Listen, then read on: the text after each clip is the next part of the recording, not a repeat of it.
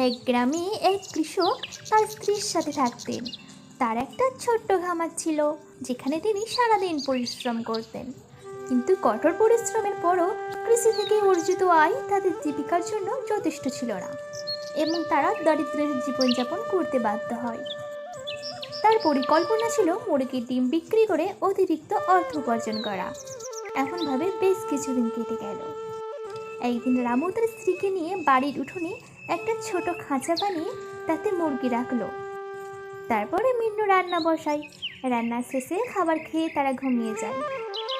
পরের দিন সকাল হলেই খাঁচার মধ্যে উঁকি মারলে অবাক হয়ে যায়, যেখানে অন্যান্য ডিমের সাথে একটি সোনার ডিমও পড়েছিল। মিনু, এই দেখো একটা সোনার ডিম। এই ডিম বিক্রি করলে আমরা অনেক টাকা পাবো। রামু সেই সোনার ডিম ভালো দামে জুয়েলার্সের কাছে বিক্রি করে দিল।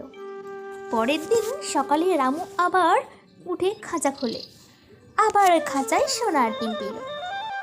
কৃষক এবং তার স্ত্রী বুঝতে পেরেছিল যে তারা যে মুরগি পালন করছে তার মধ্যে একটি আশ্চর্যজনক মুরগি ছিল।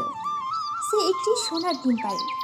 একদিন রাতে পাহারা দিতে গিয়ে রামু সোনার ডিম পাড়ে মুরগিটাকে চিনতে পারল। তারপর থেকে তারা তার বিশেষ যত্ন নিতে শুরু করে। সেই মুরগি থেকে প্রতিদিন সোনার ডিম পেতে শুরু করে। সেই ডিম বিক্রি করে রামু কয়েক মাসের মধ্যে অনেক ধনী হয়ে গেল। রামু তার জীবনে সন্তুষ্ট, কিন্তু তার স্ত্রী ছিল বড্ড লোভী। একদিন মিনু রামুকে বলল, আর কতদিন আমরা প্রতিদিন একই সোনার ডিম পেতে থাকবো? কেননা আমরা মুরগির পেট থেকে সব ডিম একবারে বের করে নিই।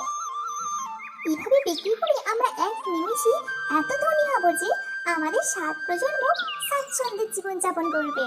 মিনুর কথা শুনে রামুর মনে লোভ জাগল। সে সিদ্ধান্ত নিল মুরগিটাকে মেরে তার পেট থেকে সব ডিম বের করে নেবে। সে বাজারে গিয়ে সেখান থেকে একটি বড় ছুরি কিনে নিয়ে আসলো। তারপর রাতে স্ত্রীকে নিয়ে মুরগির খাঁচায় গিয়ে সোনার ডিম দেওয়া মুরগিটাকে ধরে পেট চিরে ফেলল। কিন্তু ভেতর থেকে মুরগিটি ছিল সাধারণ মুরগির মতো, তার পেটে সোনার ডিম ছিল না। কৃষক ও তার স্ত্রী তাদের ভুলের জন্য অনুশোচনা করতে লাগলো। বেশি সোনার ডিম পাওয়ার লোভে তারা প্রতিদিন একটি সোনার ডিমও হারিয়ে ফেলল।